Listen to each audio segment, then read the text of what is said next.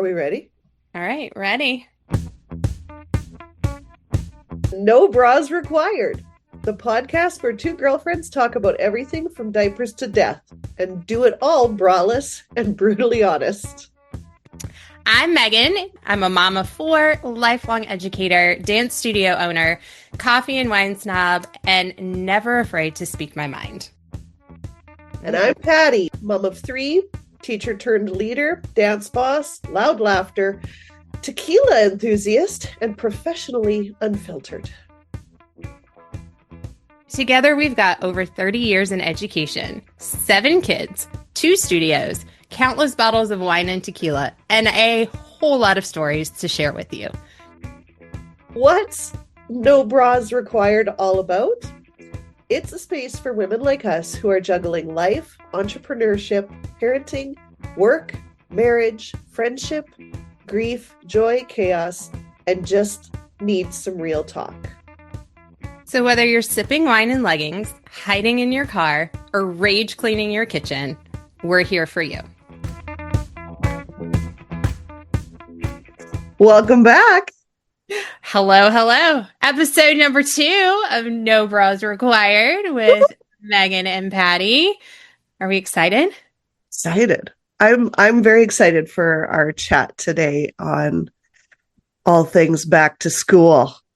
It's coming. It's coming. I go back to school tomorrow for work days. Yeah, just teachers and admin. We go back for work days and kind of start getting ready. And then the kids come back in a week. So it's coming fast. You guys go back so early. We go back the second week beginning of September we do, but sometimes even the second week in September. Oh, wow. So when I see all your news feeds like back to school, I'm like, I panic, which is good because it makes me go buy my back to school supplies. Well, they're in the store starting in July. It's like we're done with 4th of July and they're like, here's the crayons. I do not miss labeling individual crayons. Do they make you do that there? Yeah, well, no, I mean, because lately, I don't know if this is everywhere. I think it is because I've seen it all over my TikTok feed of, the school supply, debate. Yeah. But you get the school supply list, and especially for elementary school, everything becomes almost communal. Yeah. And so then, teachers make the little buckets for the tables that have the crayons and the markers and that kind of stuff. And they try to kind of stretch it out. And especially here in North Carolina, our school supply budget ours was cut in half pretty much. Looking at our budget this year, we actually just had a meeting last week and went through what we had last year compared to what we have this year. And it's been almost cut in half. So teachers are either spend their own money, which if you didn't know, they didn't get paid over the summer. Their last paycheck was in June. Or actually, I'm sorry, May for us. We didn't get paid in June and July. So they've gone 2 months without pay and then are having to buy all the school supplies, set up their classrooms, and do what they can. So a lot of it is communal. Middle school, high school kind of becomes a little more here's just what you need. But so no labeling. It's just bring it in and here you go. But I know there's quite the debate in the world over that. Yeah. Well, and see here, I don't know if it's the same throughout Canada, but in Alberta, we supply every parent buys their kids their own crayons, their own pencil crayons, their own. And I remember asking back when the kids were in elementary school, do we really have to label all of them? Can I just do the top row? And the teacher, she laughed at me. She goes, Patti, I totally feel your pain.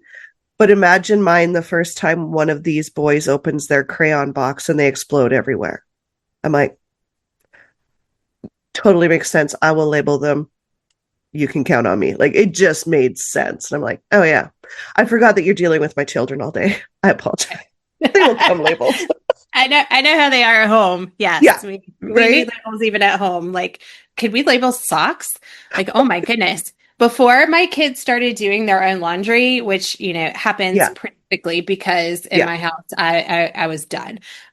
So they all do their own laundry. But before that, when they were little, and then we were having to go through and like the stupid socks. I'm Yeah. like, whose sock is this? And trying to match them up and like how many Hmm. pairs of white socks? And then you're like, okay, is this one big enough for this kid? I don't know. Yeah. And then Yeah. we just had to go like separate laundry baskets per kid because I couldn't figure it Couldn't do out. it. Got four of them. You It's know what hard. I want to find a way to label? Well, it doesn't matter anymore because I've only got one left and she remembers everything. But like my Tupperware containers, when Oh, they take leftovers to school, and my spoons, spoons and forks. like spoons should be engraved Yes. with like your, like just like your dog's dog tag. If found, please return Please to. return. Here's my phone number, my email. I do really want this spoon back. Right? I know. I know. We did, well, it was like 2 years ago, I think, that I Yeah. was like, how do I have five spoons left? Five. Like, I can't even, everybody can't have soup. We can't even have cereal No. because there's six of us. One There's of you only is five drinking your spoons. soup tonight, children, Yeah. and I'm going to pick one of the brothers. Yeah. Because I mean, it was yeah. probably one of them who threw the spoon away Yeah. or lost it. And I'm like, Yeah. where does it go? Like, and we try to do, I know this is so not environmentally friendly, but like we do a lot of the plastic spoons and forks just because like I can't continue to buy cutlery every 5 seconds because my kids are like, Yeah. oh, I'll throw it away or I'll leave it somewhere. And yeah, it does. It needs like a return to sender. I know where my spoons are. They're in the Tupperware that my boys also either threw away or left in their locker because I did get 2 phone calls from school after a Christmas break, always, or a week holiday or two, because my children were the ones that stunk up the hallway with rotting, Lord only knows what, because it was not visually recognizable at that point. Mm-hmm. Mm-hmm. Yeah. And I'm like, I apologize. There will be a bottle of wine for you at Yeah. graduation. We don't have lockers anymore for the most part because Chromebooks. Why? Yeah, and that's why like as the educator, I'm like, Yeah. oh, thank God we don't have them. But I will say like that lost and found table in the cafeteria, Yeah. it fills up so fast. Yeah. And it's like full on lunch boxes, like food in there with the Tupperware. I'm just like, this can only sit here for 3 days. But Maybe. I find the same thing at my studio. Do you? Oh yeah. No, Like, that I lost and swear found is out some of of those, control. some of my students must leave naked.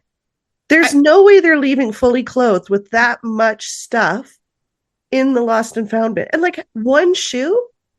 Right. You don't know that you're missing your one outdoor shoe because the other one is on your foot. Yeah. I don't know. Yeah. It amazes me. I mean, we have kids like last year, I had kids that would just leave their whole book bag. Yeah. And then not realize it. They would come back maybe the next day or the day after. And like we had to sit there. If it had sat there for longer, then we'd go back and like start digging in it to look and see who it belonged to, which sometimes those didn't even have names in them, let alone the papers and other things in there didn't have names on them. Yeah. Yeah. It's crazy. Like they would lose their heads if it wasn't attached to their bodies. Agreed. 100%. Yeah. Children. Gotta love them. I know. And yet Gotta love somehow them. they grow up and they do become functional adults for the most part. Yeah. They do. We did. I don't think I was as bad as they were, but yes, we did. I was a different type of bad. I could remember my stuff, but I was constantly, if Patti focused more in class on the task at hand and less on her classmates around her, everybody would get more done. But I'm like, listen, now I'm doing podcasts, so I was just practicing. Right? It was just a future career for you. Yeah. I was still honor roll. It's just I helped other people to not be honor roll, I think was more the issue. You were distracting. I was very distracting. I was that really, really good kid that the teachers all loved and, never Like if I had to go to the bathroom, I would hold it. I wouldn't want to miss class. Like I was that kid. I wasn't the kiss up. I wasn't the one who would like go and talk to the teacher and be like, ooh, ooh, and Yeah. try to get attention. But I was like quiet, like You were studious, focused, driven.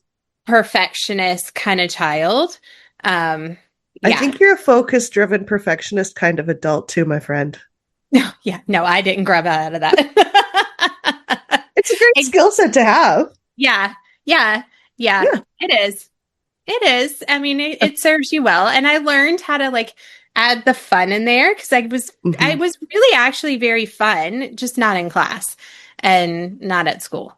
But I've You learned how to, understood time and place before the yes. majority of us. But I'm also oldest child, oldest girl of four. I mean, I Yeah. think that kind of goes with the territory on that. I No, was you're also the also, you're just oldest an anomaly. oldest girl. I think the difference between you and me, my curiosity factor is high. I just always need to know why. Like I understand the rule, but why? Let's figure it out together. Yeah. I'm going to invite a few of my classmates to go on this adventure. And I was always like, just tell me the rules and I'll follow them. And Yeah. I still am. I am like the rule follower, for Yeah. my tomorrow being at school. They're like, okay, so be there by 8:30. I was like, I'll see you at 8. Yeah. And I'm rules are good. We need them, but we need to understand why. So we're not just blindly following. Agreed. Yeah. I No just, wonder we get along so well. I know. All right. So Should should we? we dive into it? Yeah, All let's talk about cool. how parents can set their kids up for success this year, Yeah. So according to today, us. yeah, today we're going to dive into a couple different areas. So how Mhm. parents can set their kids up for success and have a great school year. Yeah. And then for our educators, my people, how you can really set yourself up for success with those relationships with kids and parents. And then just a few mindset ideas as Yeah. we dive into a new school year, new beginnings. Yeah. And I think a lot of what the educator stuff is also works for coaches. Mhm. Like just relating it back to our respective dance studios and like hockey coaches, the karate coaches, the track and field coaches. These are great seeds to plant in your head to use as you wish. Yeah, anybody who works with kids, I think it's Yeah. important to remember this and to build strong relationships. So Yeah. we'll talk about how we can do that. But parents first, because right Parents. now some of you are having a party and you are like, yes, these children are gone. They're going back. Back to school. You get them for 8 hours a day because Yes. they were completely feral over the summer. If your children were like mine, and I will fully admit my children were completely feral Yeah. this summer. Like Ryan probably laid on the couch, watched more YouTube, TikTok, who knows what else. I really paid not a lot of attention to what he was doing. He did go outside and practice baseball. We had a lot of baseball this summer, but Yeah. it was very unstructured. He ate, not really even sure what he ate because other than cooking some dinner, and I don't meal prep in the summers like we usually do, he ate whatever Mhm. for breakfast Mhm. and lunch. Yeah. We buy the sugary cereals in the summer. You're welcome, teachers. Sorry. Yeah, so he ate a lot of Captain Crunch, and yeah, he's very like malnutrition. Captain Crunch. Oh, That it's so brings good. so many memories back. Yeah.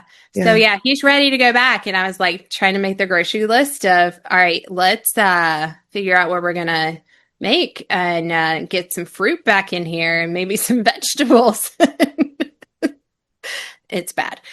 So yeah, definitely getting that routine back Mhm. is super important and starting it before Or the first day of school. before. And if you're listening to this after the first day of school, you can always start a routine. So Yeah. don't panic. It is not done. This could be October and you're like, oh gosh, Just Yeah. start a routine. When are they going to go to bed? When are you going to start to wind down? Yeah. When are they going to put the phones away because they need time away from the phone and from the screen to just settle? Are you going to have them do books and read before they go to sleep? Are they going to take a bath or a shower? Yeah. Like, what are they going to pack their lunch the night before? I highly recommend teach your kid to pack their lunch. They can start at the tender age of kindergarten. They can help Mine you. did. Mine did in preschool. Like our rule at my house was as soon as you stop eating what I pack, you're in charge. And I remember with Charlie, her preschool teachers were like, this kid has the weirdest diet. And I'm like, well, she's been introduced to a lot of foods because we had a nanny from the Philippines with Charlie, like growing up. But she packed black olives and blueberry yogurt, I think was the one they said that they gagged on the most. They're like, I'm like, well, she didn't mix them together. And they're like, no. And I'm like, no, she likes both of those things. But my 3-year-old was eating black olives. I love it. Yeah. She and I are like soul sisters on that one. I could eat Oh, olives all day long. yeah. And like sushi, you know how much she Mm. likes sushi. Hmm. Yeah. Yeah. She Yeah. just, yeah, she will try things that most people will not. Um, but it's largely because she got to pack her own lunch and they got to add, at our house, they got to add to the grocery list. I didn't want to Hmm. go buy things I thought they should eat. I wanted to buy things they will eat. I'm like, I don't need to fall on that sword. Yeah. So, Yeah. yeah, Same. Yeah. little things like that that go a long way and make a big difference in also in giving your kids some autonomy too. Yes. I mean, definitely look over it. You Oh, don't yeah. want to have the, Oreos and chocolate chips Hmm. and nothing of substance, but fed is best, one. Yeah. And two, like let them have some voice. If they want that peanut butter and jelly sandwich every day or they don't like bread, it's fine. Give them, a little charcuterie. You don't have to buy the Lunchables and all of that. But my kids, every Sunday, we sit and on our way to church, I'm on the phone and I'm doing my Harris Teeter order. And I'm like, what do you want from the grocery store? Here we go. And we put in the different things that I Yeah. know they're going to eat. I plan out what our dinners are going to be. I try to cook on Sunday night for the week and just have a bunch of different things already ready and in the fridge because our schedules get crazy, as I'm sure just about everybody's does because school starts, activities start, you're not home until 9 o'clock. So, Yeah. it's important to kind of have that routine set. And those are just things that work best for us. My kids packed their lunch always, um, pack their snacks, and then they go in the fridge out in the garage, and then off we go. We're ready for the next day.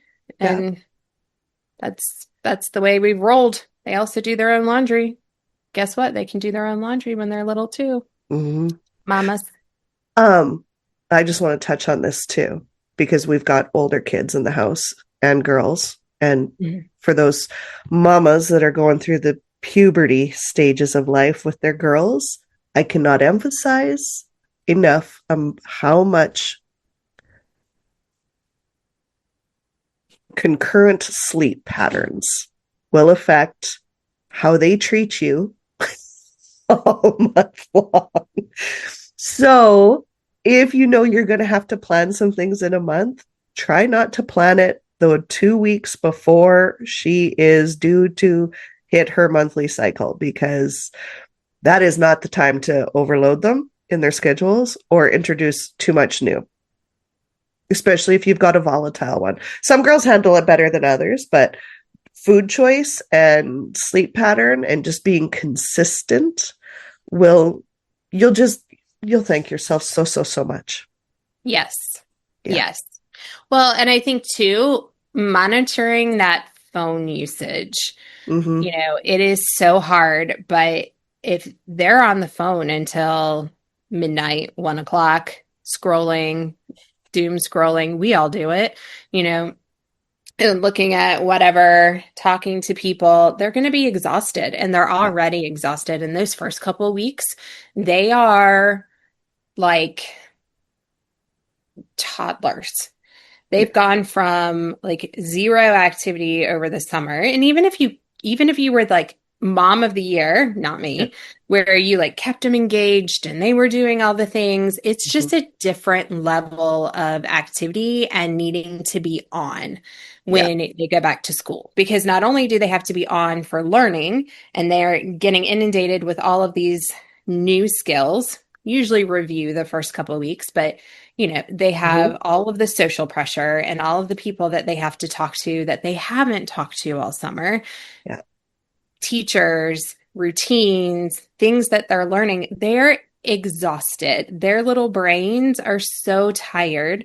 And then they get home. And I love watching those first, the moms that are really true and honest the first couple of weeks, and their kids are like passed out cold in the Yeah. car or passed out on the couch. And they're like, they haven't moved since 4 o'clock. And I'm like, Yeah. yeah, because they need to recover just like we need to recover. They've Yeah. run a marathon every single day, and until their body and their little brains Adapts.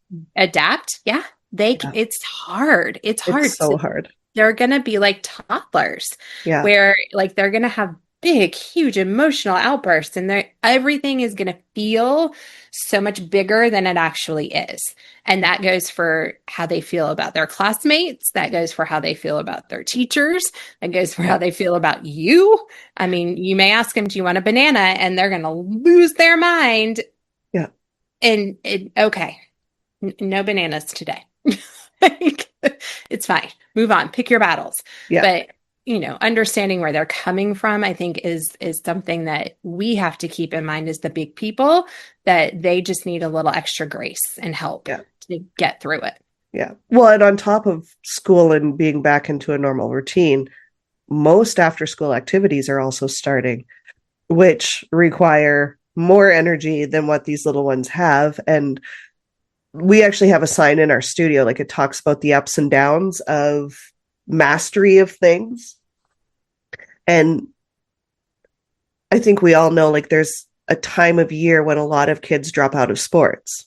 Mhm. And it's usually 6 to 8 weeks after school and the sport kick in, because that's when they're leveling out. Their endurance is actually starting to get where they can handle it. And mastery is starting to occur in skills, both in school, both in sport. And mastery is hard because mastery is boring. And they need to hit that plateau in order to let those skills seed and plant and grow root before they can tackle the next mountain up. And I think it's really important as parents that we're aware that this is coming, because I've had conversations with so many kids and parents over the year, and they're like, they'll come back to dance after a year where they may have dropped out in like November. And it's like, we should have never quit. She missed it 2 weeks after. And it's like, yeah, but that's normal. Like, that is also normal. You know your child best, but it's good to just have that knowledge that this is actually like statistically tracked. Mhm. Well, and I think too, having those conversations with your kid of, why are we feeling overwhelmed? Yeah. What is it? Why is it boring? Yeah. What's going on? Mm-hmm. To to get deeper into, well, they just don't like it anymore, or they lost interest. Yeah. Like, did they lose interest, or is there something else going on? Do Yeah. they feel like they're not being successful because they are that perfectionist kid? And so therefore they're not getting something and they're like, I just want to quit, Yeah. because it's easier to quit than it is to persevere and have the grit and work through it. Yeah. Which is also how we build grit and resilience and all the Correct. coping skills. Which on our student surveys, and interesting, looking at student surveys for kids, Mm-hmm. grit and perseverance is so low. All So time low. low. All time low. All time Kids low. don't have it. They don't know. And I think some of it is social media. I think some of it is technology. I think it is that instant gratification. We've talked about it many a Yeah. times in educator circles and even as adults, that, everybody got a trophy, blah, blah, blah. But it's beyond that now. Yeah. Kids get so distracted and they set a goal and they never achieve it. Yeah. and they move on to something else. Yeah. And then they move on to something else. Or it becomes hard and they're like, well, I just can't do it. And they move on. Yeah. And we're letting them, as the Yeah. big people in the world, we are letting them We're do that. allowing it. And we're allowing it and we're supporting it. Yeah. And there is a point, 100%, there is a point where you realize, okay, this is not mentally, physically healthy for my child. And we Exactly. need to move on. 100%. There Yeah. are points, but those are the rare times. That's probably like 5% of the time. And a lot of what I see in school and also in the studio is the 95% let their kids dictate, even at 3 years old, and let them flit and flout and move on to all the millions of different things. I can't get her out of the car. Well, She's honey, 3. she's 3. Pick You her up. pick her up and you take her to where she's supposed to be. Because I'm like, what are you going to do when she goes to kindergarten? Like, what are you going to do when she goes to first grade? What are you going to do when there is like a law that says she has to go to school Yeah. and you're not making her go to school because you haven't made her do anything? Like, there are things that we have to learn and it's not always comfortable and it's not always fun, but like that building that grit and perseverance and building that, hey, we're going to finish what we started from a Yeah. young age helps them to be successful adults. And that has to be a partnership, not only as parents, but also with the educators. Like, rather than being like, oh, sorry, they lost interest, have a conversation. Yeah. Sit there and talk to the teacher, talk to the coach, talk to whoever and say, hey, we're struggling and I need help. Because I guarantee you, moms and dads, unless you have like 850 children and you've done this for a very long time, and then you probably could just come on our podcast and help us talk about all of this. But educators have done this for 20 plus years. They have seen it all. They have been through it all. They have a lot of eggs and tricks in their basket to help you. And they know, they can diagnose it just like a doctor and say, okay, hey, this is what's going on. This is what's normal. This is what's not normal. Yeah. Here's where I'd be concerned. Here's what I think we should try. Trust them. Yeah. Trust them to help you. This is what they trained for, what they have experience in, and what they do every single day. And I think we kind of forget that they actually went to school, they've studied child development, they know how kids operate of all different ages. Like they are living it and doing it every single day. Yeah. And you would trust your doctor who lives it and does it every single day. Why don't we trust our educators to say, hey, I need help? Mm-hmm.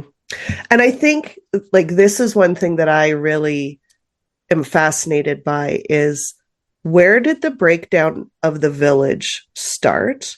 Why is it continuing? I have theories on it, and I think it's largely due to social media. But I would really encourage parents to remember we're on the same team. Yes, there's going to be once-offs of that. There always is, but it's usually the exception and not the rule. I don't know anybody that gets into coaching because they hate children and just live to make their lives miserable. That's not really a thing. Again, there's always a once-off. I don't know teachers that get into teaching because they want to destroy our youth. It's usually they want to make a difference and be there and be that light that somebody was for them. But it's important too that as parents, like I'll speak for myself. And again, this is in the studio. When a parent says to me, you didn't communicate this effectively, I have to take a moment of pause because my communication is stellar. And I know it is because I don't ever want to be that educator, studio owner that does not let the parents know what's going on. But it's like, and I've said this over the years to a few, communication is a relationship. It's a two-way street. I've communicated this and this and this. I've sent you newsletters. I've sent you emails. I phone you when your kids are doing great. I phone you when I'm worried about them. How many times have you contacted me to let me know that your spidey senses were tingling? Something didn't feel right. Or are you coming to me when the problem is so big you don't see a solution anymore? And I think We all just need to take a moment and pause and ask ourselves, am I part of the problem as a parent? Have I communicated with my school, with my child's teacher, what my expectations are? And am I doing it when there's still hope and not as much frustration? The time Yes. to have the conversation is when you're up at night thinking about it, when it's Yeah. in your head. It's not, don't wait until it's a problem. Well, and we can't read your mind. No. And we don't always know what's going on. And so, stuff is happening. You feel like something's off with your kid. Let us know that. Yeah. I mean, now there is a point where you need to have a conversation with your own kid. Yeah. You need to have that relationship with them. You need to have that open communication. I get it. I have 4 kids who are extremely different. Oh, so Right. different. My oldest is like closed door. She needs alone time and quiet. She's not one like you have to pry. Like I have to get in there like with the shovel and like dig really deep to really figure out what's going on. But like you said, I have spidey senses and I know when it's okay and when it's not. Yeah. At number 2 and 3, tell me everything and anything. I know way more about them and their friends than I ever wanted to know ever. Everything. If your children are friends with my number 2 and number 3, then I probably know more about your family than you do and more about your child than you do because they tell me everything. And then my little one is he's very much like my oldest. He needs time to process. Yeah. He's always been my grumpy child. Like from the time he was born, he came out with a little scowl and Sweet Ryan. oh, he was so cute. His little scowl. And then he's got these cute little dimples. So he's like scowling with dimples. And you're like, oh, you're so cute, which would only make him madder. He doesn't like change. Change is hard. Yeah. So like we have to talk through things and kind of like prepare him as we go. And it turns out, I mean, he's academically, intellectually gifted. So is Michaela. So they're my overthinkers on my bookends. And so they overthink, they overprocess, they, are innately curious. They need to know the why behind everything. Change is hard for them. They like routine. And then my 2 middle ones are not, and they're just middle children and they're all over. And we're just glad that, Reagan's not in jail. I really thought it too. She's going to have a meth lab in her closet, the way she was like hiding pacifiers under her mattress and in her fitted sheet and like would do things and get away with stuff. And yeah, I was like, she's the mastermind, but she has used her powers for good so far. So knock on wood. She is cute and charming. Oh, and she knows it. Yeah. She's known it her whole life. So yes, so far we have been good. Thank God, because there were days that I was like, oh gosh, she's going to be like the mafia. I don't know. Well, some of them are more menaces than others. Keeps us on our toes and it keeps us humble. And I think the biggest rule in parenting to remember is don't get cocky, because as soon as you do, they will humble you so hard. Yes, they will. Yes, they were designed for it. They were. And you're going to get one that's just like you. God help you. You are. And your mama, if she's still around, is going to laugh. And she's going to look at you and be like, there you go. It was my boys that made me phone my mom and apologize for the things I did as a child. Mm-hmm. Yeah. And I love my boys. Dylan and Nate are amazing. They give the world's best hugs.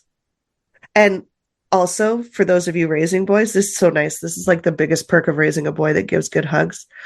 You can lean into them when they get older and they don't expect anything from you like your husband does. Like you cannot relax into a husband hug. Oh, you got to time it. Like there is an art, but your big old 6 foot whatever boy, you can just, and it's just nice. It's so nice. They're so cuddly too. My boys were so cuddly as babies and Yeah. even like toddlers and all the way through until about like 10, 11 years old. But like Yeah. Ryan, he's getting ready to be 12 and he's still cuddly. Like he'll come up and, we're standing in line. We were waiting for dinner last night at a Yeah. restaurant and he comes up and he just hugs me and then he Oh, wants to like cuddle in, I mean, at 12. The girls, no, that was not happening. But like the boys, yeah, they're super cuddly and I oh, love it. It's yeah. so sweet. But Charlie yeah, cuddles a little, but not. it's different. It's a different. Yeah. They Yeah. need the like emotional support of mom, I think more. The girls do, and they need that like line Yeah. of let me tell me things and I'll be there for you and I'll help you like work through all Yeah. the stuff. But I'm also going to be in my house. We're really honest and like let me tell you how this is going to go. It Yeah. also helps that I've lived all my years of education mostly with teenagers and teenage girls. Yeah. So I know I'm Yeah. like, girl, this is what happens. And yeah, Yeah. this is what happens with boys. This is what happens with girls. Mm-hmm. Mm-hmm. Here we go. Hang And on I for think, the ride. yeah, it's a ride, right? Yeah. And for those of you getting ready to go into middle school, the advice I give my middle school parents is that you are getting ready to enter their second toddlerhood. They are toddlers with long legs and usually a bigger vocabulary. Yeah. Sassy mouse. Yeah, but you had your Yeah. three-nager who was sassy, and they're back to being sassy, just with longer legs. And they really are just like they were Yeah. when they were toddlers. So, when they were like throwing the fit because you told them they could not have ice cream for breakfast and that, God forbid, you were the worst parent in the entire world. And that was at 2 years old. And they threw themselves on the floor Yeah. and then you did all the things that they tell you. You walk away and usually the will stop unless you're Reagan, who follows you into the next room, throws yourself on the floor, and keeps crying. She would do that everywhere. I told you. I like the fact that she is not a menace to society is pretty amazing because she was really an interesting toddler. But like they're doing it again. Yeah. They're doing it again. They don't like Susie today because Yeah. she said that their pink hair or whatever is like blah blah Yeah. blah, and she texted blah blah blah to Sally, and then on and on and on. But then tomorrow they're best friends with Susie again, Yeah. and there's or they hate Mrs. So and so because she is just so mean, and you can take it and go off on Miss So and so, or you can figure out why she was so mean. Well, she was so mean because she gave you an 89 on your Yeah. test and you wouldn't bump it up to an A. Or she held you accountable to the level that she knows she can expect from you, and you had an off day. Or she told you, could you wait 5 minutes to go to the bathroom? I'm in the middle of giving you instructions and Yeah. then you can go. And oh my gosh, she's the devil. Yeah. Like, Yeah. Yeah. And I there's, think too, like the whole middle school, like you said, we're reteaching emotional regulation, but it's so important that we model emotional regulation at home. And they will test you so hard. And you just have to remember it's a test, and it's a test you need to pass. And on the days that you fail, it's okay to go and apologize and let them know how you would have done your rewrite if you were allowed a rewrite. yes. I've 'Cause we're apologized to human my too. kids so many times. Like, I'm so sorry I flew off the handle. I was in the middle of 8 things, and you were the proverbial straw that broke mama's back. And I lost my stuff on you, and that wasn't fair, and you didn't deserve it. But next time, like, if I put my hand up like this, please know I hear you, but I need you to wait for a minute. Or like, and coach them through it is like, and then I'm less likely to snap. You're understanding that what I'm doing is important too and might matter. Like, yes, you're the most important thing in my life, but not in every waking second. sometimes dinner has to get made for everybody. Like, or Right. sometimes there's a call at work that needs to be handled right now. So we all continue to eat. Yep. Yeah. And I think the other thing, this goes for educators too. One, parents, they're human. Yeah. They're human and they have stressors and all the things that human beings have. They have families, they have bills, they have some of them 120 or more kids that are coming at them with all their nonsense and all their greatness at the same time. And they're trying to manage it and navigate it. And as much as we would love for everybody to be perfect, we know as parents, we're not perfect and we lose Yeah. our mess on our kids sometimes. Yep. And sometimes an educator is going to hit their breaking point. Yeah. It doesn't matter if they're brand new, it doesn't matter if they're a veteran. Sometimes it happens. And kids know what buttons to push. You know that. I mean, I know that. Like they have this innate ability to know with each other and with adults, like, ooh, that bothers you. Let me just keep pushing. See what happens and how many times I can push it until you explode. Yeah. But educators, it is 100% okay to apologize. Yeah. And to say and to come back. And it's beyond important for you after you've lost your mess to apologize, to talk about what you need from the class, why it happened, not blaming and you, but hey, this is what's going on. I am so sorry that I lost it. I did not handle myself well. I should have done this, this, and this. Here's what I need. And here's the way I can tell you when I'm hitting that point. So then we can all take a breath and reset because the kids are watching you. Yeah. And they're learning from you what that looks like. And you know what? These kids are coming from homes that it used to be you had 2 or 3 kids in a class that came from a home that was not the best, Great. the best emotionally, not the best, whether it's economically, like there were issues. Yeah. And now in education and in public school, we are dealing with probably 5 to 6 kids per class of 30 that are coming with some trauma from home. And I'm always surprised when I talk with educators or like psychologists or things like that, the level of problem. Like as a privileged white girl growing up in suburbia, like Alberta, my mind doesn't go to the places where these kids call home.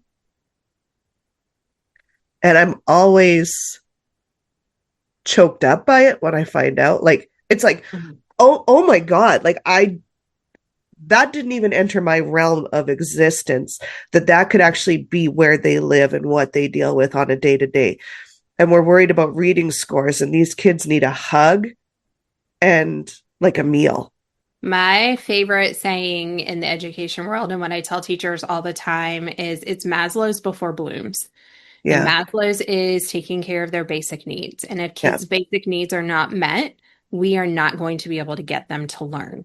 Yeah. And parents, I think that's so important because most of the people who are going to listen to us are people like us who come from those privileged homes, who have the time to sit and listen to a podcast, who, who care, but don't know. And I think it's not something, it's not your lived experience. It's not something that you even have a way to wrap your brain around. And even knowing that it is occurring, you can't even fathom the trauma that some of these kids come in with. And, kids that, and we're not even just talking about like food insecurity. There are kids who are taking care of their younger siblings. There are kids who are emotionally or sexually or physically abused.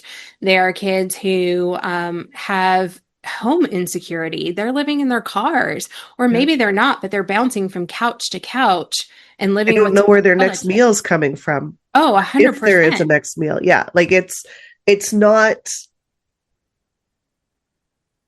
we don't come with labels on the outside of us to tell us where we're at No. in the realm of safety And with a lot of us. these kids will not tell you. No, They they're are too they are going to embarrassed. hide it. They are going to front on it. It takes a lot to figure out what's going on, and that's just 10% of the kids. Yeah, Then we have the other 10 to almost 15% now of kids who have mental health issues. They could come from trauma homes, yeah, and they need trauma informed practices. But some of these kids come from homes with two parents who are highly educated. They mhm, have anything and everything they need and yeah, want. They're well fed, they've well yeah, taken care of, and they have mental health issues. yeah, The anxiety, the depression, the comparison syndrome is what I like to call it. It they are struggling. And while they may have very present parents who love them and care for them, they are not informed and educated enough to understand how to reach them on that emotional level. yeah, yeah. Because kids aren't the same as No, we were when we were growing up. no. And there are so many new pressures and things that we never had to deal with. When we went home from school, It was we done. went to home, Yeah, right? It was different.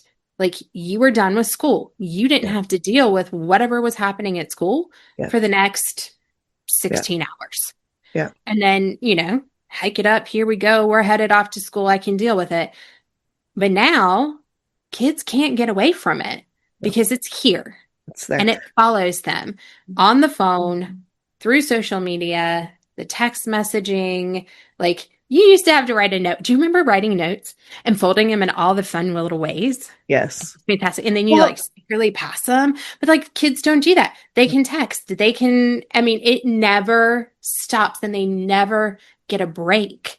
And we wonder why they have the anxiety and the depression yeah. and they can't ever like It's too much communicate. noise.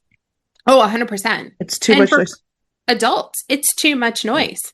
yeah, Think about us. We are overstimulated all the time.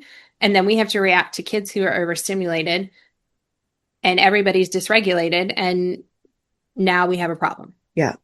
The other thing I think too, like growing up in the era that we did, um, if I wanted to talk to my friend, I had to phone the house phone. Nobody had a cell phone. And what's been lost in doing that is when I wanted to talk to my buddy Heather, say, I had to talk to either her brother John or Scott, her dad Harvey, or her mother Liz. They would always have a little conversation with you. And you, in turn, developed another family to belong to, another set of parents that would give you a kick in the pants if they saw you going astray, or a hug if they saw you needed it. These were the people that you would go camping with, have sleepovers with. You inherited brothers that would look out for you on a playground if there were bullies. With our cell phones and everybody just phoning the person they want to talk to, we've lost those connections. So we've got more access to each other, more access to information than any other time in history. And we have less guidance with what to do with all of it. And Mhm. it's crazy when you look at it that way, how we walk these kids through it. Well, and how disconnected we are or how Yeah. connected we can be. Yeah. I think we touched on this before, but having those deep, honest conversations Yeah. it doesn't happen. No. Having those heartfelt, like, hey, here's where I'm at. Everybody wants to put on the Instagram post Yeah. and the perfect family. Yeah. And they don't want to talk about the yuck and they don't want to talk about the struggle to get there. And they Yeah. don't want to go through, okay, leaning into the knowledge and the wisdom of older generations, of even parents who've been through it before you. We all want to feel like we have it together. I can do it. I don't need help. I can do it by my elf, is like my 3-year-olds used to say. I do it And they got myself. their shoes on the wrong feet and they're Yeah. walking crooked and, they're Yeah. wearing 5 different colors. And you're like, all right, you sure did that by yourself. And we let them go to school like that and got our pictures taken. Like now they Oh, look yeah. like supermodels.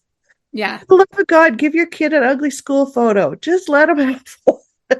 I mean, yeah, it's so crazy and hard. But I Yeah. think, you have to cultivate relationships though. Yeah. And we have to, as the adults, be willing to be vulnerable. And Yeah. it's hard.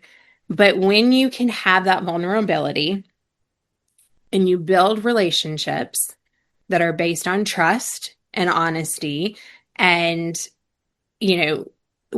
with educators and parents, that you have those honest conversations, you trust that you're on the same team, that you are wanting what's best for the kid. If everybody goes into a conversation with that feeling of, hey, we're all here to do what's best for Johnny. Yeah. And we all want what's best for Johnny. We may come about it in different ways. We all bring a different skill set to the table. We all bring a different knowledge of Johnny Yeah. because as a parent, you know Johnny at home. As a teacher, they know Johnny in the classroom. The principal may know Johnny in the Yeah. hallway And and the Johnny's bathroom. hockey coach will know a very different side of Johnny than Correct. all of those. Yeah. But we're all trying to get Johnny to be the best version of Of Johnny. Johnny. Yeah. And that's the thing. That's our job, is to help these little tiny people Yeah. grow into the best version of themselves and to be successful adults that can function without us. Yeah. Because I think we lose that too. I agree. Yeah. They have to be able to function without us because we are not always going to be there, nor is it going to be appropriate for us to be there. And So, if you fight every battle for them, right. if you don't let your child experience frustration, anger, any of the emotions that are typically fall under the negative category, how do they ever figure out how to work themselves out of it on their own? And there's a difference between saving them from it and supporting them through it. Supporting them through it, you're standing a way better chance of raising a happy, productive, resilient kid with some drive and gumption than if you always fix their problems or remove the problem from their life. They grow up with more anxiety, less friendships, harder times socially, with their relationships because they've never had to figure it out. Well, they And don't know who they are. No, and that's how confidence is built. Confidence isn't given, it's earned. But yet every parent I know is like, if you ask them, what do you want for your child? I just want them to be happy. I want them to be confident. It's like, do you let them? Do you let them figure out their happiness? Do you let them figure out how to be confident? Because that is a skill set that you earn micro step by micro step by micro step, realizing that you can rely on yourself to get through whatever task it was. Well, and we're teaching him how to walk through life. Yeah. So think about your baby. Yeah. And how many times they would walk and fall down. Yeah. And they'd take a step and they'd wobble and they'd be all over the place. And did you go and you pick them up every single time so that they didn't fall on their little butts? Granted, they had little diapers and they're like way closer to the ground than they are now. But if we don't let them have those stumbles and those little falls, they're never going to learn to walk. And then they're never going to learn to run. Yeah. And then what happens? Because they're going to have to at some point. We are not always there. Nope. And it is not always going to be appropriate for us to be there. And it's super hard. And we can talk about that another time of like letting them go and fly. But, we have to let them learn to fly on their own. And you can't just push them out of the nest and hope it happens. Bye, baby bird. Oh, sorry. Yeah. Because they're either going to fly or they're going to crash. it's giving them the steps along the way and helping them, walking them through those times when they're successful, those times when they struggle, the Yeah. times when they do really stupid stuff and they say really stupid stuff, and not berating them for it, but saying, okay, one, that was really stupid. But we all do stupid things Yeah. and we all say stupid things. And sometimes we get stupid prizes for our stupidity.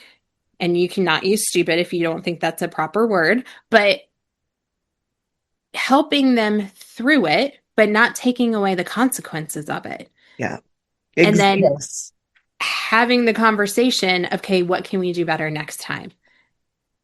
My How? favorite line, especially with my boys, because there was, well, you've met them. They were, oh, we were in the hospital a lot, like with Nate, because he lives his life hard and fast. He likes to jump dirt bikes and all of the things. And then Dylan, he likes his safety a little bit more so than Nate, but he would do, like you said, the dumb things. And my favorite line with them was always, "What did you think would happen?" Largely with my boys, they didn't get past the thinking anything would happen because they were just so caught up in the moment. And I think this is a big thing with especially boys, but not just them, but the ability to know that there's a bend in the road coming and what you're thinking in this moment. We have to expand past this moment and think about what could be the potential outcome or result, desired or undesired. What did you think would happen? And sometimes they're like, oh, I didn't think past that point. And it's like, okay, so then next time, can we pause and look for that bend in the road and what might be coming that you don't see? It's Also that. basically risk assessment, like a business Yeah. does. Yeah. And that's prefrontal cortex being fully formed, and they don't Yeah. fully form it until they're 25. So, Starting at 25. yeah. Yeah. So, some of it is kids are kids and understanding they're gonna do Do really dumb dumb things. stuff And the because, other like, part of they're, it, yeah, yeah. but the other part of it is learned experience. Yes. So if Because they don't ever get the opportunity to learn and suffer a consequence, and consequences aren't always bad. You can have good consequences with good behavior and good action, and you can have negative consequences with negative behaviors and negative action. It's important as a parent to have those conversations with your kids about understanding the difference.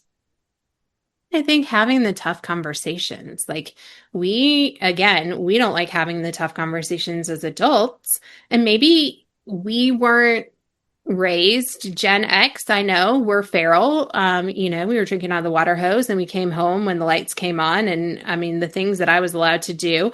And I thought my mom was very protective. But looking back at my childhood, the things I was allowed to do, I wouldn't let my kids do now. Like, and probably somebody would call CPS on me for it. Yeah. But, we're raising different sets of kids. But I And think it's a different also time. It's a it different is. time. It Yeah. is. It is. I mean, I still haven't fallen in quicksand. And, there was never the weird man with the candy with the van. The Was panel really van. Yeah. sure. Yeah, Yeah. that there was going to be like the kidnapper van that was coming for me. Like the things I was afraid of as a kid that haven't happened is kind of funny. But you know, we have to have tough conversations with our kids. Yeah. Like we need to have those conversations about online. Your kids Yeah. are going to be online and your kids are going to be on social media, and you can put the blocks and you can do whatever, but they're going to go to the friend's house and do it. Like, let's be honest, they're going to find a way Yeah. to be online and they're going to find a way to do things. We did. I mean, our kids, we have Life 360 and we know where they are, but they're still going to find a way around it Yeah. because they're kids. Are you having the tough conversations with them? Are you having the conversations of like, when you get this phone, here are the rules. And here's what's going to happen, and here's what's not going to happen. And if I find out this is the consequence. Do you even have a phone contract? I mean, hello, that's a fantastic thing.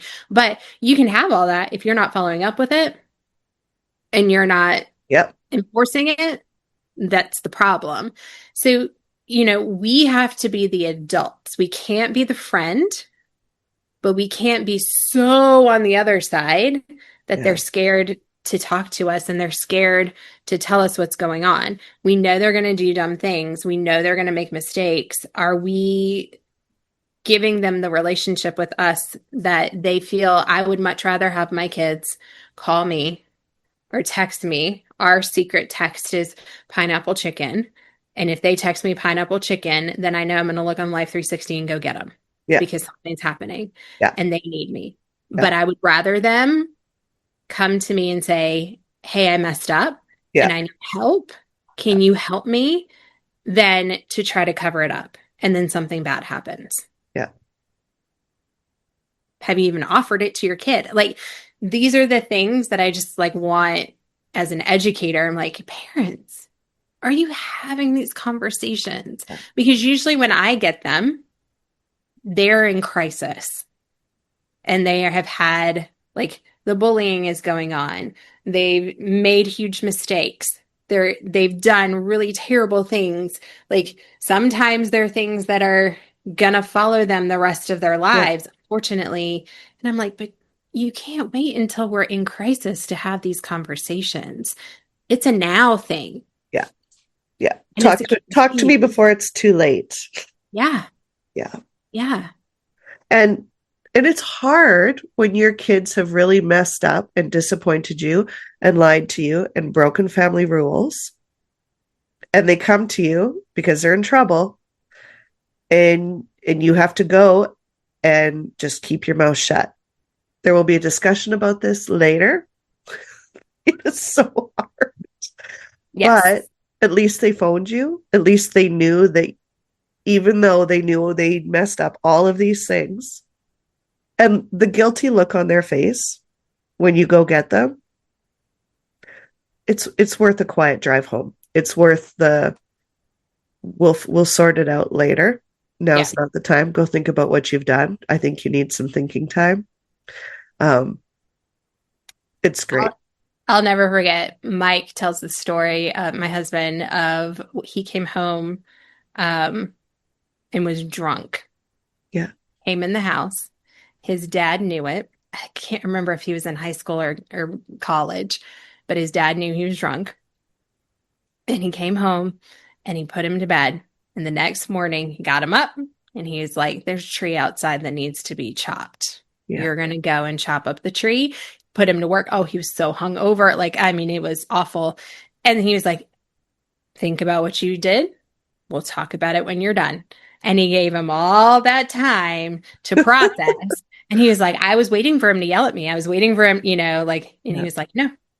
I mean, but that's some like badass parenting right there. Well, and like, it's scarier. Right? It's scarier because it's like psychological warfare on behalf of the parents. Like, what's going to happen? What are they going to do? And it really does make you think. Mm-hmm. Oh, yeah. Which is what discipline is meant to do. It's meant to teach. It's meant to teach. It is. And I think that's an important reminder is that as parents, we have to discipline. As schools, we have to discipline. Yeah. And our job is to teach them. It's to teach them right from wrong. It's to teach them to be those good citizens. And, we need to support each other in that. I don't support the parent coming and dragging their kid across the street and beating their tail. But, if that's what you got to do, I mean, I've seen it. And sometimes those babies come back and they are much better behaved. I don't recommend it, but it is what it is. But like, I appreciate parents who, when I call, and I was, sad when I have to call and be like, hey, sorry, it's me. But when I call and they say, don't worry, Miss Retseck, I got it. We'll take care of it at home. We will have a conversation. And then I see a difference in the kid when they come back because they know you followed through on that. And there is a healthy level of fear from kids of like, oh, I don't want to get in trouble with mom. Yeah. When I'm like, let's just go call your mama right now. Oh, please don't, please don't. I'm like, Yeah. no, no, no, because see, we're partners Yeah. and she Yeah. needs to know what's going on. Yeah. My son once begged the principal not to phone me. And the principal said, I'm not going to, son, you're going to. I was like, tell her, move. He hadn't actually done anything wrong, but he witnessed it. So it was like, but he's like, please don't phone my mom. Like the fact that, and I'm like, Dylan, come on. I'm Yeah. not going to, like, Yeah. but there were consequences at our house when you messed up, you had to make it right. Whether that Mhm. meant I'm driving you to somebody's house and you're apologizing for the stupid things you did or said, or you're cleaning up a mess you made, or whatever it is, the crime needs to fit the time that they spend fixing, like, or trying to make it as right as possible. Sometimes you can't. Sometimes you just can't make it right. You really messed up, but it's important they know that they have your support. But yes, I am disappointed in the choice you made. Yes. Well, and I think that there's a great thing going on in education right now, restorative justice, and it's a whole um, debate. Yeah. Teachers love it or they hate it. And the reason they hate it is because they feel like there are no consequences for behavior.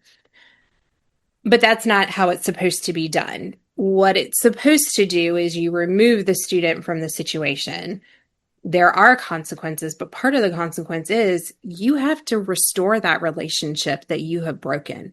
Yeah. Because a lot of what has happened is you've made a poor choice. You've broken a relationship in some form or fashion Yeah. with your behavior.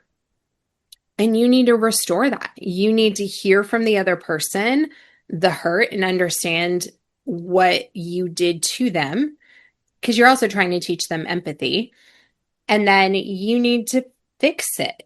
Yeah. And that's the piece we miss sometimes is the fixing it and having the consequence. We have a conversation and then we're like, oh, everybody should be fine. And that's not No. always the way that it is.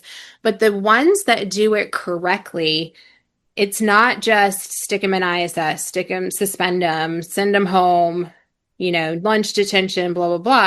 Yeah. They need to figure out what caused the behavior, why they did it, and how they're going to not do it the next time and the damage that was done because of it. Sometimes it's just damage to themselves.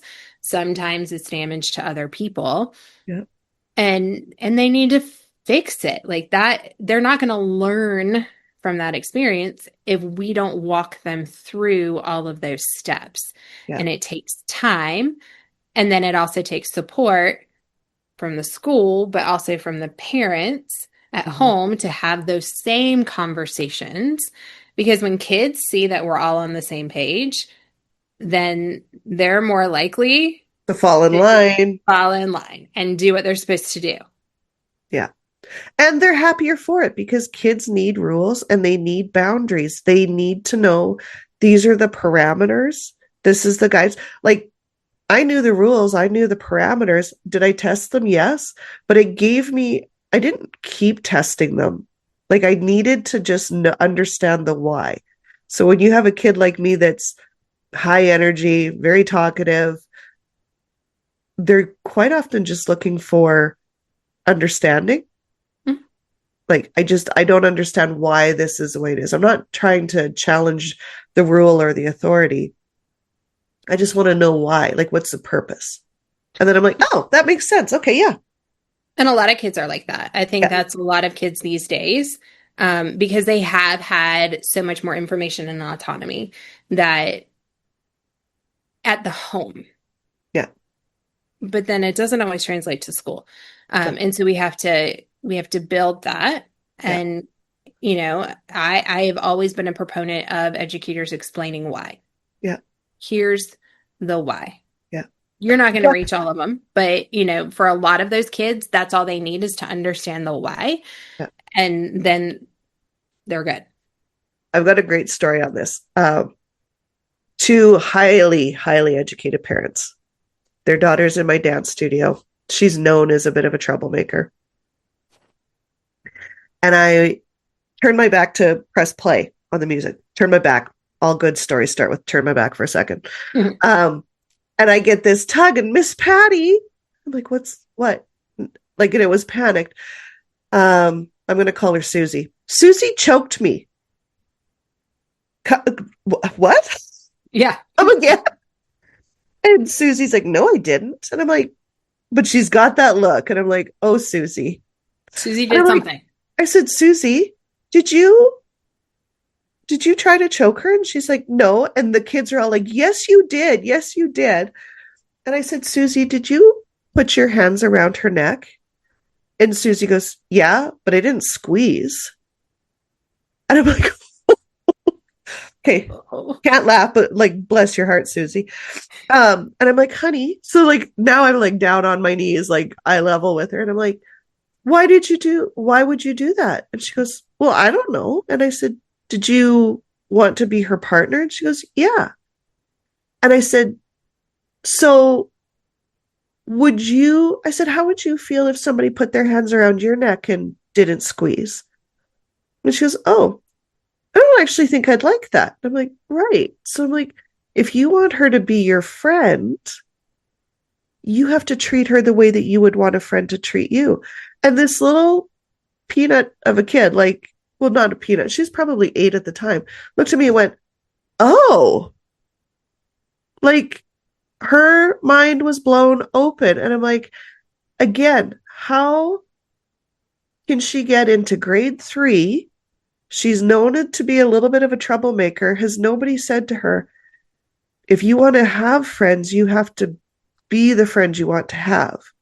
Is that how you want to be? How did this conversation never come up?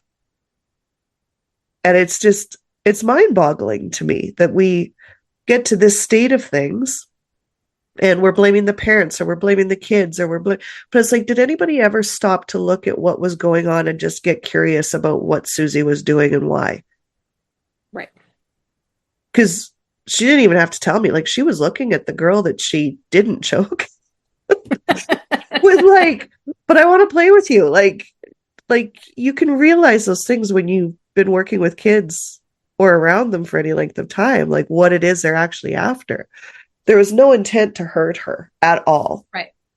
Yeah. Well, and her definition of choking versus somebody else's definition of choking, because yeah, they all have their own little ways of defining what they're doing. And yes, it's children. They're super fun.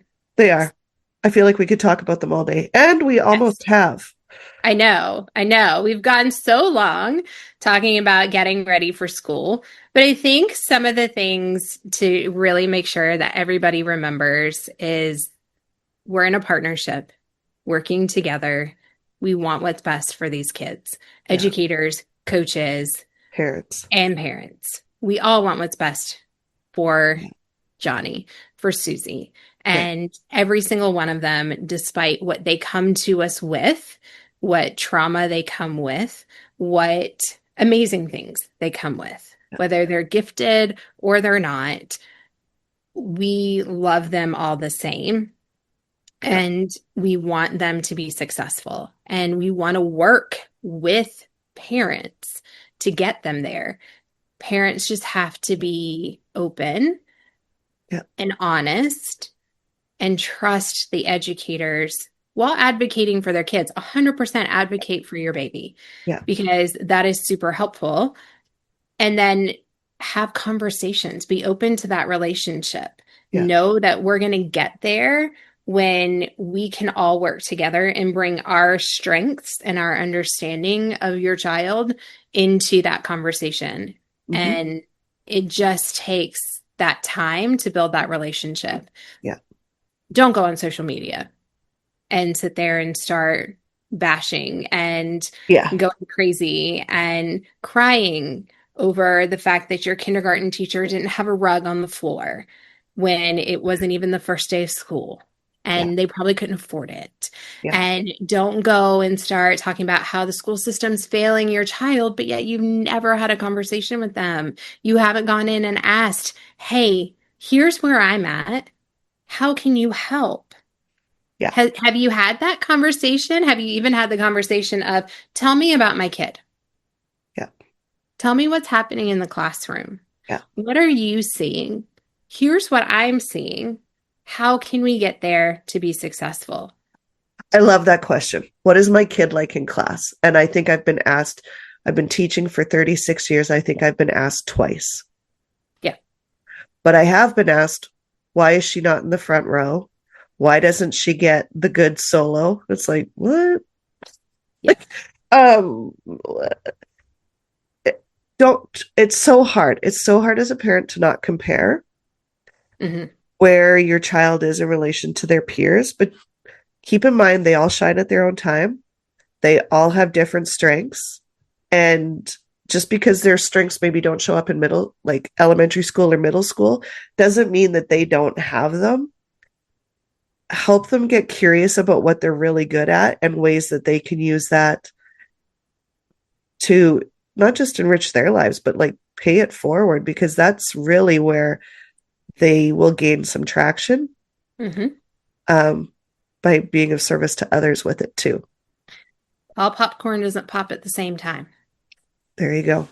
Yeah. And it's important to remember that. It's also important to remember they're people and they're not going to be amazing at everything. And we need to accept them for who they are and accept them for their strengths and their weaknesses. And we can help them through what they're weak at. But it is unrealistic to expect your child to be amazing at everything and that they're not going to struggle in some way.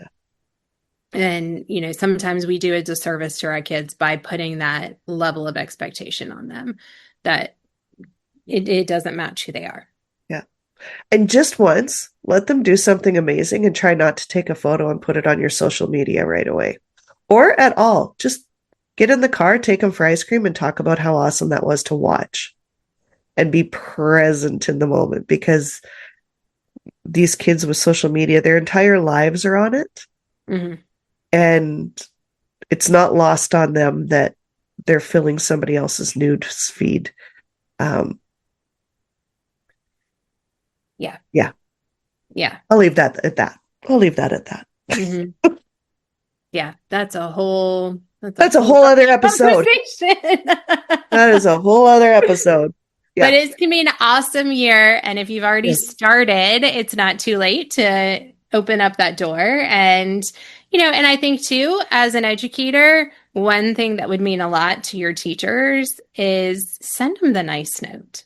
They don't get those. They don't get the emails. They don't get the notes that just thank them. Yeah. That tell them how much you appreciate them, even if it's for something little. They don't get the, hey, I just want to check on you and see how you're doing. Is there anything that I can do for you? Yeah. Can I bring you a coffee today? Can I buy the carpet that I'm not going to complain about it on social media because you right. can't it? Yeah. Do you need more glue sticks? Do you have it in your wish list? Hey, we've got an extra $20 in our budget this month. What can I provide to help you out? Yeah. That would go a long way. So far. Something simple. It's so simple. But when you remember that they're people too, mm-hmm. It helps. Yeah. It helps. And, they will feel it. I promise you they're doing everything that they can within their power to help your kid. And again, we've always said, there's the one-offs, there's the exception, but I've done this for 25 years and I can probably list on one hand the educators that weren't there for the right reasons. And everybody knows who they are. Oh, yeah. Yeah. And there's a difference between the ones that hold kids to high expectations and are strict and have high expectations for kids and want what's best for them. And then there's the ones who everything is fun and dandy and exciting and they're everybody's favorite teacher. And you're like, what'd they learn? Nothing, because all they did was play. You know. And if you're not sure, ask a teacher. They're going to tell you. Yeah. They will tell you. They'll be like, oh, yeah, she may come across strict. She may seem mean. She may be like the scary one, but I promise you she's going to get results and your kid's going to learn so much in their room. And, oh, yeah, he may be super fun, but I don't know what they do every day. And probably they're sitting on their phones playing around. Our strictest teacher, the one that the kids always complained about in elementary school, was also the same teacher that baked them their favorite cookies on their birthday. Yeah. Sounds like a monster. I know. Yeah. Tell me more, kids. Tell me more. Yeah. Yeah. It's but Oh, yeah, it can be a great, great school year, and I'm super excited that we got to talk it through, and I'm yeah. sure there'll be more. But Till yay. next time. What a fun episode. What a fun All episode. right. Hang tight for what we're going to talk about on episode 3. You never know what's going to come out of our mouths on No Bras Required because Patty and I have no filter and we just let it loose and let it fly. True that. True that. Awesome. Thanks for listening. See you next time.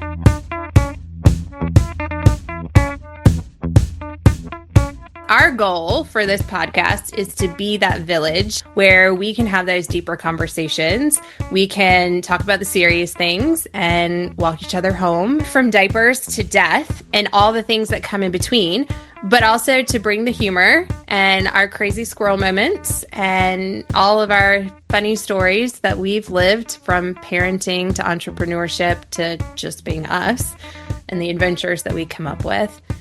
But we want to build a community and be those people to give you some sound advice that, you know, maybe makes you giggle a little bit every once in a while. So thank you for tuning in. Subscribe, share with your favorite hot mess mom friends, and give us a follow on Instagram at No Bras Required Pod.